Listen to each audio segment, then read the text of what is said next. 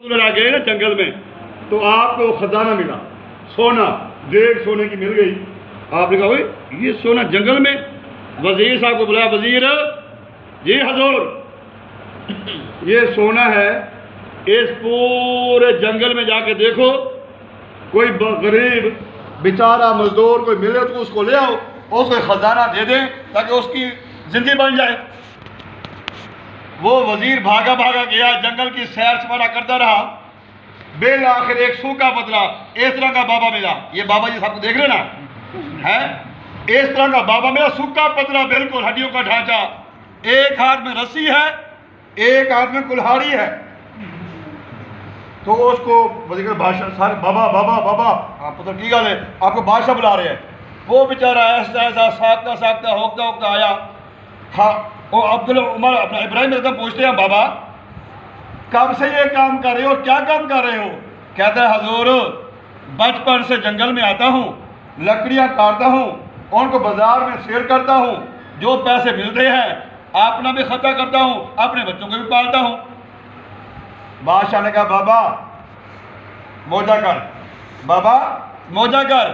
پتر کی نہیں سے موجہ کرا کہ بابا یہ خزانہ لے جا، سونے کا دیگ ہے، اتنا مڑو مڑ سونا ہے، جا کے بیچ اور بچا اور اپنے بچوں کو کھلا، تمہاری کئی نسلیں کھاتی رہیں گی، ختم نہیں ہوگا. جو بابے نے جواب دیا وہ بڑا قابل غور ہے. آج کے جس کو یہ بات سمجھ آ گئی اس کا بیڑا پار ہو گیا.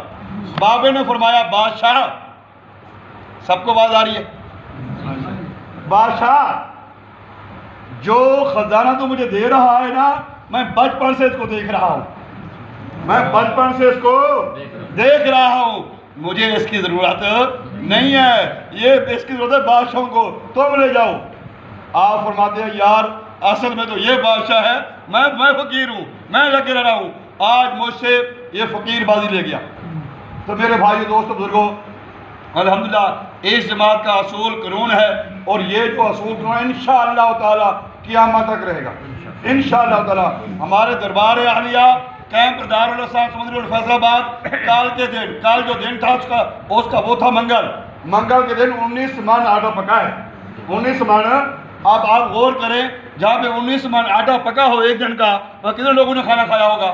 وہاں پہ آنکھوں کا اسپتال ہے، وہاں پہ ایک دواخانہ ہے، وہاں پہ ہزاروں مریض شفا یاب ہو کے جا رہے ہیں. آج تک کسی سے کوئی فنڈ نہیں مانگا، نہ گلہ ہے نہ چندہ ہے. کیوں؟ جن کو محبوب کا جو دامن مصطفیٰ سے لپٹا وہ یگانہ ہو گیا، جس کے حضور ہو گیا اس کا زمانہ ہو گیا. یہ میراث شریف کا مہینہ ہے، ہر طرف عاشقوں کی محبت کا اظہار کر رہے ہیں، کوئی کس طرح سے کوئی کس طرح سے. کوئی کہتے ہیں میلاد مناؤ، کوئی کہتا ہے نہ مناؤ، کوئی منا رہے ہیں کوئی نہیں منا رہے. کوئی ہم کہتے ہیں میلاد مناؤ یا نہ مناؤ، پہلے میلاد والا منا لو، میلاد والا منا لو. قسم سے آج جو حالات ہمارے سامنے آئے، وہ ایک عالم دین صاحب فرما رہے تھے کہ ہمارے ملک میں تقریباً 20 سے 25 ہزار ہر سال حافظ قرآن ہوتے ہیں، اور 5-10 ہزار علماء کرام بن کے نکلتے ہیں، اور مفتی بے شمار بن رہے ہیں. اللہ کے بندو آپ یہاں سے نکلیں خانے وال تک جائیں، آپ کو تقریباً 20-25 مدرسے نظر آئیں گے، لیکن مدرسے بنتے جا رہے ہیں، مفتی عالم فاضل بنتے جا رہے ہیں، اسلام نظر نہیں آ رہا.